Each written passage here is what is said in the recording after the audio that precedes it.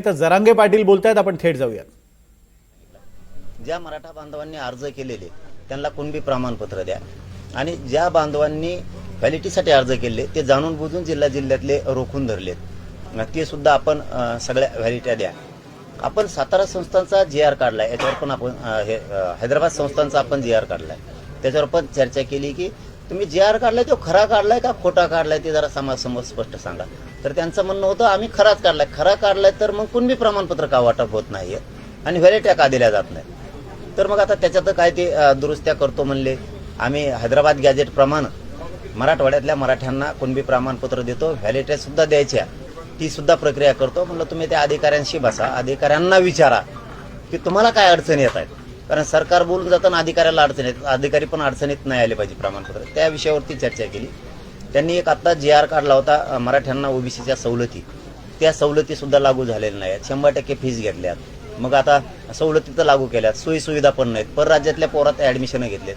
त्या संदर्भातला सुद्धा विषय ह्या 28 ऑगस्टच्या आत सगळ्या अंमलबजावणी तुम्ही त्याची करून ती लागू करा हे पण सांगितलं आपण.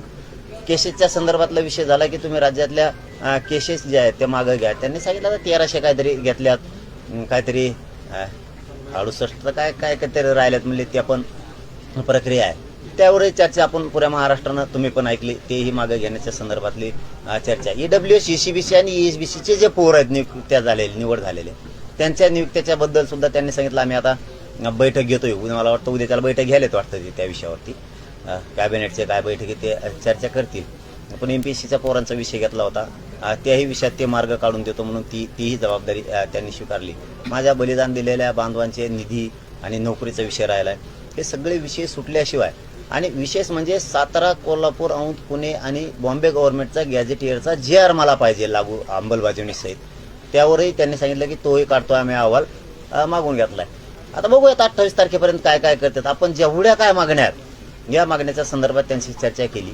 परंतु याच पत्रकार परिषदेच्या माध्यमातून मी महाराष्ट्रातल्या मराठा समाजाला विशेष करून सांगतो, ज्यांच्या नोंदी सापडलेल्या असून सुद्धा कुणबी प्रमाणपत्र देत नाहीत अशाने 28 ऑगस्टला अर्ज घेऊन अंतरवालीत या. मला निपटारा काढायचा बरं का. पुन्हा सांगतोय मराठा समाजाला, ज्यांनी व्हॅलिटीसाठी अर्ज केलेत पण व्हॅलिटी देत नाहीत त्यांनी अर्ज घेऊन 28 ऑगस्टला या. मला ते अर्ज घेऊन ठेवून तुम्ही सुद्धा इथंच राहायचंय. मला ते सरकारला दाखवायचे हे पोर आहेत आणि यांचे कामं राहिलेत म्हणून. आणि ज्यांनी हैदराबाद गॅजेटनुसार सुद्धा अर्ज केलेले असतील, देत नाहीत, त्यांनी सुद्धा अर्ज घेऊन या. म्हणजे कुणाचा विषय मागं राहायला नको. नोंद असून कुणबी प्रमाणपत्र नाही, कुणबी प्रमाणपत्र असून व्हॅलिटी नाही. कोणाच्या चुलत्याला दिली पुतण्याला देत नाहीत, पुतण्याला दिली बहिणीला देत नाहीत. तुमचे ते अर्ज घेऊन या, तिकडं पण अर्ज करा. अधिकाऱ्यांकडे, तहसीलदारकडे, ADM कडे तुमचे अर्ज करा त्या प्रमाणपत्रासाठी. आणि मग इकडे सुद्धा एक त्याची झेरॉक्स कॉपी घेऊन या, म्हणजे जेणेकरून आपल्याला सरकारशी बोलता येईल. कोणत्या बांधवांचे व्याज परतावे थांबलेत त्यांनी सुद्धा त्यांचे अर्ज घेऊन 28 ऑगस्टलाच इथं या.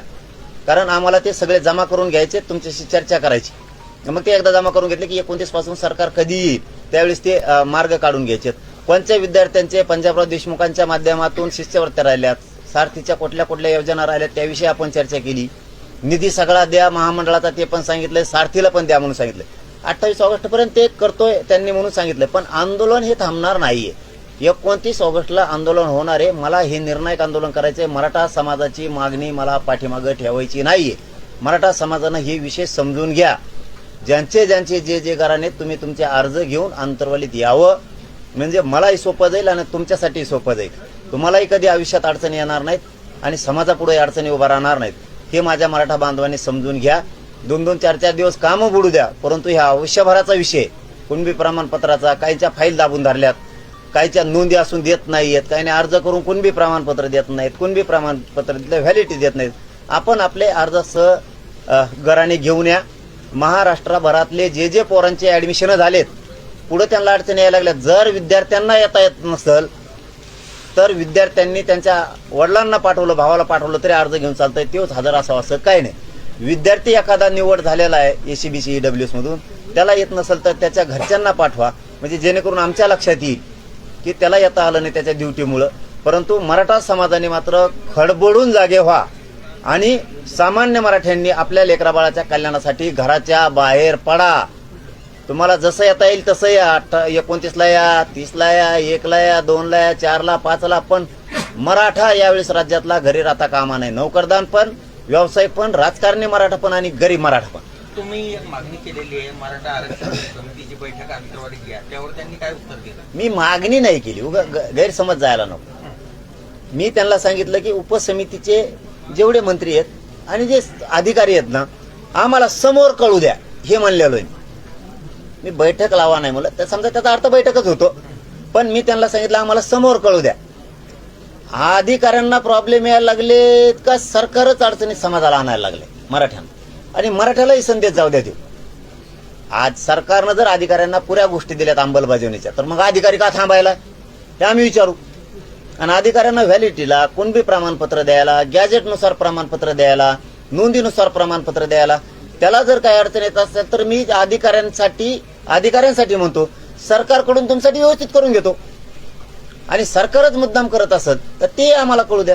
आणि सरकार करत नसेल तर अधिकारी करायला लागले सगळं सरकारनं देऊन सुद्धा, हेही कळू द्या. याच्यासाठी तुम्ही अंतर्वलीतच अधिकाऱ्यांना बोलवा. ओके. खूप धन्यवाद.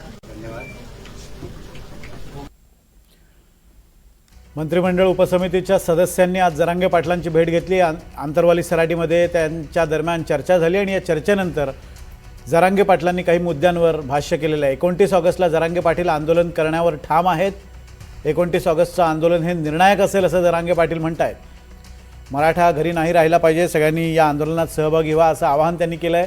नोंदी असूनही प्रमाणपत्र मिळत नसेल तर आंतरवाली सराटीत या असं त्यांनी आवाहन मराठा समाजाला केलेलं आहे.